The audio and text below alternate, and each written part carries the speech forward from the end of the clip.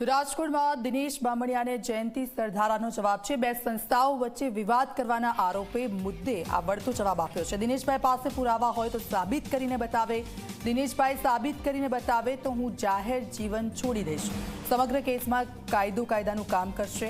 ગઈકાલે દિનેશ બામણિયાએ સરદારા પર લગાવ્યા હતા આરોપોને સરદારા બે સંસ્થા વચ્ચે વિખવાદ વધારતા હોવાનો પણ આરોપ લગાવ્યો છે। એક ફાર્મ હાઉસમાં કાવતરું ઘડાયું હોવાનો પણ દાવો કરવામાં આવ્યો છે। હું સરદારધામનો પણ કાર્યકર્તા છું અને ખોડલધામનો પણ કાર્યકર્તા છું। બંને જગ્યાએ જે જવાબદારી મને સોંપે એ હું કરતો રહ્યો છું અત્યાર સુધી અને હજી પણ કરવા તૈયાર છું। મારે એવી સોપારી લેવાની કોઈ જરૂર નથી। જો દિનેશભાઈએ કીધું હોય તો એ આવે મારી પાસે પ્રૂફ લઈને સાબિત કરી દઈએ। જયંતિભાઈ એવું કીધું છે કોઈ પાર્ટી પ્લોટની અંદર મીટિંગ થઈ, કેટલા લોકો હતા, કોણ કોણ હતા, બધું જ તે જાહેર કરશે એવું કહે છે। અમારે કોઈ પાર્ટી પ્લોટમાં આ બાબતની મીટિંગ નથી થઈ।